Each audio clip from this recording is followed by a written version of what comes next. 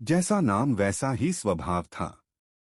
उस 35 वर्षीय खूबसूरत नारी का 12 वर्ष पहले उसका विवाह आगरा के सिकंदरा थाना क्षेत्र के गांव पनवारी में रहने वाले सोहनवीर सिंह से हुआ था। सोहनवीर प्राइवेट नौकरी करता था। उसकी इतनी कमाई नहीं थी कि घर का खर्च आसानी से चल पाता। चंचल इससे खुश नहीं थी, लेकिन अपना भाग्य मानकर वह पति सोहनवीर के साथ निर्वाह कर रही थी। सोहनवीर पत्नी भक्त था। वह चंचल से बेइंतहा प्यार करता था। पति के इस बर्ताव ने आहिस्ता आहिस्ता चंचल के स्वभाव को बदल दिया। एक शाम जब सोहनवीर लौटा तो चंचल ने उसे हाथ पैर धोने के लिए गर्म पानी दिया। हाथ मुंह धोकर सोहनवीर रसोई में चंचल के पास ही बैठ गया, जहां चंचल उसके लिए गर्म रोटियां सेंक रही थी। खाना खाकर सोहनवीर उठा और बेड पर जाकर लेट गया। सारा काम खत्म करने के बाद चंचल भी उसके पास आकर बेड पर लेट गई। चंचल को पति के मुंह से शराब की गंध महसूस हुई तो बोली, तुमने शराब पी है? हाँ, आज ज्यादा ठंड लग रही थी इसीलिए, लेकिन कल से नहीं पीऊंगा। वादा करता हूँ, सोहनवीर गलती मानकर बोला। आज माफ किए देती हूँ, आइंदा शराब पीकर घर में आए तो घर में घुसने नहीं दूंगी। फिर ठंड में सारी रात बाहर ही ठिठुरते रहना, समझे? चंचल ने आंखें दिखाकर कहा। उस रात सोहनवीर ने चंचल से वादा तो किया कि दोबारा शराब को हाथ नहीं लगाएगा, लेकिन वो वादा रात के साथ ही कहीं खो गया। अगले दिन सोहनवीर शराब के नशे में घर लौटा तो पति पत्नी के बीच कहासुनी हो गई। इसके बाद चंचल फिर से पति सोहनवीर से चिढ़ने लगी। अब सोहनवीर चंचल को जरा भी नहीं सुहाता था। वह उससे हमेशा कटीकटी रहने लगी। सोहनवीर चूंकि चंचल का पति था, इसलिए वह चाहे जैसा भी था, उसे उसके साथ रहना ही था। दिन गुजरते गए, समय पंख लगाकर उड़ने लगा। लाख कोशिशों के बाद भी चंचल सोहनवीर की शराब छुड़वा पाने में असफल रही। समय के साथ चंचल एक बेटे और एक बेटी की मां भी बन गई। इस बीच सोहनवीर शराब का आदी हो गया था। शराब के चक्कर में उसने कई लोगों से पैसे भी उधार लिए थे। वह पहले उधार लिए गए पैसे चुका नहीं पाता था, फिर से उधार मांगने लगता था। इसी के चलते लोगों ने उसे उधार देना बंद कर दिया था। लोग तगादा करते तो सोहनवीर उनके सामने आने से बचने लगा।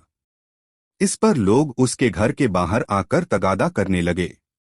सोहनवीर घर नहीं होता तो लोग चंचल को ही बुरा भला बोलकर चले जाते थे। चंचल चुपचाप सबके ताने सुनती, फिर दरवाजा बंद करके रोती रहती। पति से कुछ कहती तो उसके सितम उसके जिस्म पर उभर कर दिखाई देने लगते। एक दिन दोपहर में सोहनवीर कमरे में खाना खा रहा था। तभी किसी ने जोर जोर से दरवाजे की कुंडी बजाई। सोहनवीर समझ गया कि कोई लेनदार दरवाजे पर आया है। उसने चंचल से कहा, तुम जाकर देखो और मुझे पूछे तो दरवाजे से ही चलता कर देना। हाँ, यही काम तो है मुझे कि हर किसी से झूठ बोलती रहूं, कहकर चंचल झल्लाकर उठी। सोहनवीर उसे लाल आंखों से घूर रहा था। चंचल ने दरवाजा खोला तो सामने एक व्यक्ति खड़ा था। उसे देखकर चंचल ने पूछा, आप कौन हैं? मैं शिशुपाल सिंह हूं। कहाँ है सोहनवीर? जब से पैसा लिया है दिखाई ही नहीं दे रहा, शिशुपाल रूखे स्वर में बोला। वो तो घर पर नहीं है, आप बाद में आ जाना। मेरा यही काम है क्या? लोगों को पैसा देकर भलाई करूं और जब पैसे लेने का वक्त आए तो देनदार घर से गायब मिले। कहे देता हूं, इस तरह नहीं चलेगा। अपने आदमी को कहना मेरा पैसा वापस कर दे, वरना अच्छा नहीं होगा, शिशुपाल कड़क कर बोला। आप नाराज क्यों होते हैं? वो आएंगे तो मैं बोल दूंगी। मैंने तो आपको पहली बार देखा है, चंचल बोली। और भी हिदायतें देकर शिशुपाल सिंह वहां से चला गया। चंचल ने दरवाजा बंद किया और फिर से आकर रोटियां सेंकने लगी। सारी उम्र लोगों की गालियां सुनवाते रहना, लेकिन ये दारू मत छोड़ना। चंचल गुस्से में पति से बोली, ऐ तू मुझे आंखें दिखाती है, साली मैं तेरा मर्द हूं। जानती है पति परमेश्वर होता है। तू है कि मुझे ही आंखें दिखा रही है, सोहनवीर चिल्लाकर बोला। पति के अंदर परमेश्वर वाले गुण हो तभी तो तुम में पति जैसा है, कुछ चंचल बोली तो सोहनवीर उसके बाल पकड़कर रसोई से बाहर ले आया और लात घूंसों से बुरी तरह पिटाई करने लगा। चंचल रोती बिलखती खुद को पति के हाथों से छुड़ाती रही, लेकिन सोहनवीर उसे तब तक पीटता रहा जब तक खुद थक नहीं गया। चंचल रात भर दर्द से तड़पती रही और सोहनवीर शराब पीकर एक ओर लुढ़क गया। 3 से 4 दिन बाद शिशुपाल एक बार फिर से पैसों की वसूली के लिए सोहनवीर के घर आया तो इत्तेफाक से दरवाजा खुला था। शिशुपाल भीतर घुसता चला आया।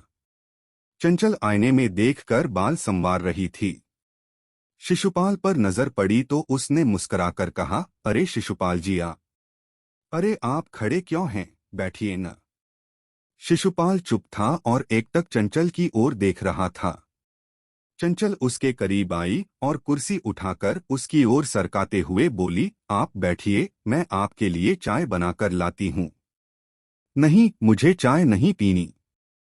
मैं तो सोहनवीर से मिलने आया था।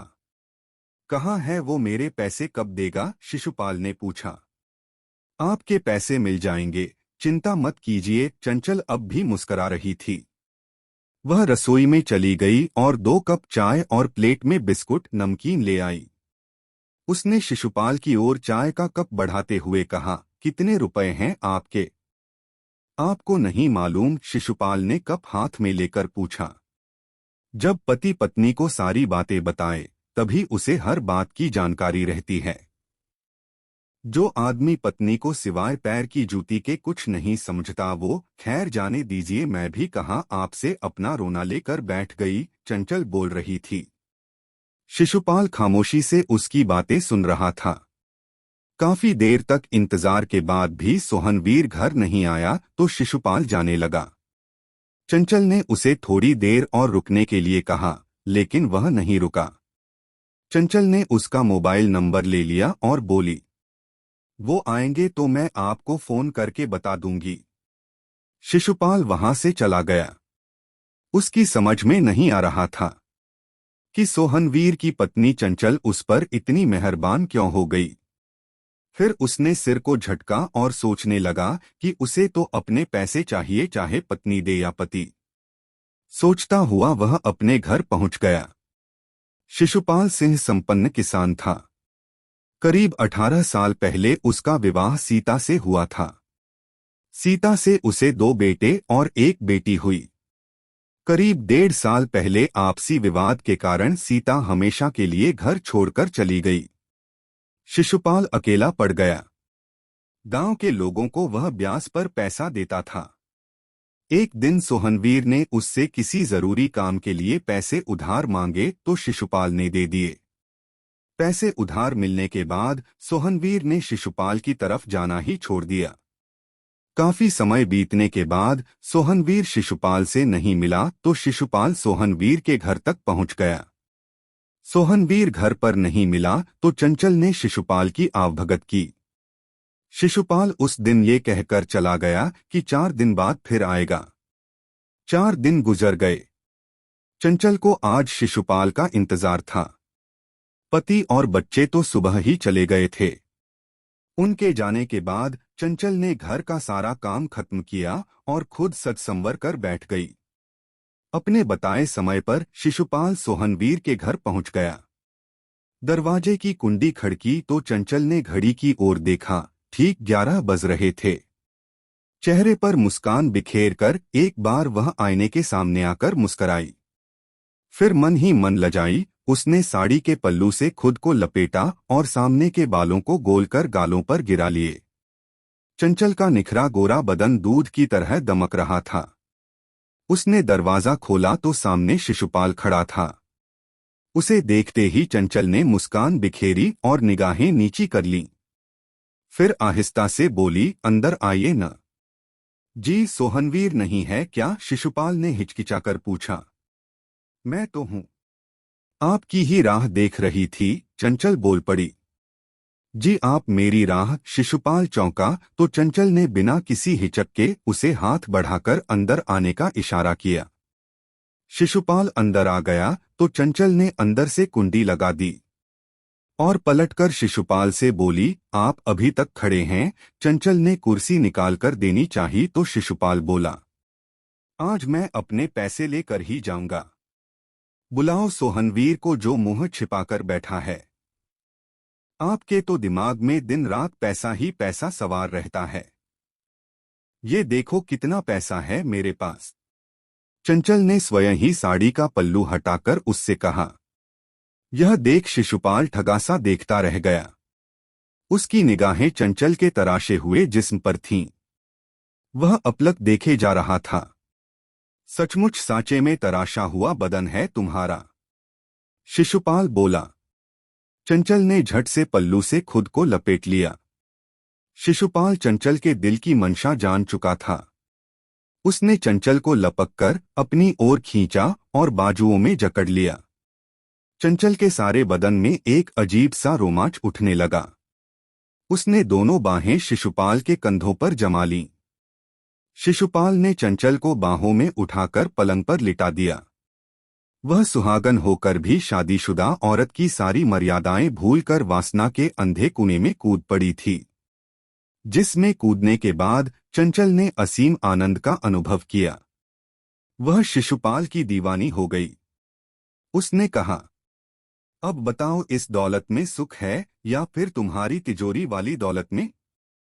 सच कहूं तो मैंने जब पहली बार तुम्हें देखा था तो तिजोरी की दौलत को भूल गया था और तुम्हारी इस दौलत का दीवाना हो गया था। शिशुपाल की बाहों की गर्मी पाकर चंचल को लगने लगा था कि अब उसे दुनिया की सारी खुशियां मिल गईं। चंचल अब शिशुपाल के वश में हो चुकी थी। जब जी करता दोनों एक दूसरे में समा जाते थे।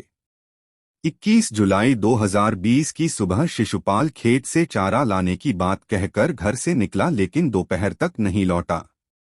घर वालों ने उसे सभी जगह तलाशा, लेकिन कोई पता नहीं चला। कई दिन बाद भी जब शिशुपाल का पता नहीं लगा तो उसके भाई नवल सिंह ने 30 जुलाई को सिकंदरा थाने में शिशुपाल के गुम होने की सूचना दी, जिस पर इंस्पेक्टर अरविंद कुमार ने गुमशुदगी दर्ज कर जांच एसआई अमित कुमार को सौंप दी। पुलिस ने हर जगह शिशुपाल का पता किया लेकिन कुछ पता नहीं लगा। इस पर पुलिस ने जानकारी जुटाकर पता किया कि शिशुपाल से कौन कौन मिलने आता है और शिशुपाल कहाँ जाता था। इसी जांच में सोहनवीर पुलिस के शक के दायरे में आ गया। पता चला कि शिशुपाल हर रोज सबसे ज्यादा समय सोहनवीर के घर बिताता था। शिशुपाल और सोहनवीर के मोबाइल नंबरों की कॉल डिटेल्स की जांच की गई तो जानकारी मिली कि घटना वाले दिन सुबह 10:30 बजे दोनों के बीच बात हुई थी। फोन सोहनवीर ने किया था। उसी के बाद से शिशुपाल लापता हो गया था। 12 अगस्त 2020 को इंस्पेक्टर अरविंद कुमार ने पुलिस टीम के साथ जाकर सोहनवीर सिंह को उसके घर से हिरासत में ले लिया। थाने लाकर जब उससे कड़ाई से पूछताछ की गई तो उसने शिशुपाल की हत्या कर देने की बात स्वीकार कर ली। इंस्पेक्टर अरविंद कुमार ने उसकी निशानदेही पर अंशुल एपीआई के पास निर्माणाधीन इमारत के पास सीवर नाले से शिशुपाल की लाश बरामद कर ली। लाश को पोस्टमार्टम के लिए भेजने के बाद वह थाने लौट आए। पुलिस ने सोहनवीर के खिलाफ भादंबी की धारा 302/201 के तहत मुकदमा दर्ज करने के बाद उससे विस्तृत पूछताछ की। पूछताछ में पता चला कि शिशुपाल और चंचल के नाजायज रिश्ते की इमारत जैसे जैसे बनती गई, वह लोगों की नजरों में आने लगी थी। लोगों की नजरों में बात आई तो सोहनवीर तक पहुंचते देर नहीं लगी। तब सोहनवीर ने अपने घर की इज्जत पर हाथ डालने वाले शिशुपाल को जान से मार देने का फैसला कर लिया। उसने घटना से 1 से 2 दिन पहले मोबाइल पर शिशुपाल से बात की और कहा कि कुछ परेशानी थी, इस वजह से वह उसका पैसा नहीं दे पाया लेकिन अब जल्द ही दे देगा।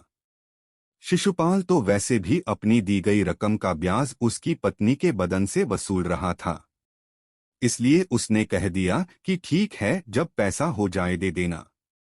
21 जुलाई 2020 की सुबह शिशुपाल चारा लाने के लिए घर से खेत की तरफ जाने के लिए निकला। वह खेत पर था तब करीब 10:30 बजे सोहनवीर ने फोन करके उसे मिलने के लिए बुलाया। शिशुपाल उसके पास पहुंचा तो सोहनवीर उसे अंशुल एपीआई के पास निर्माणाधीन इमारत में ले गया।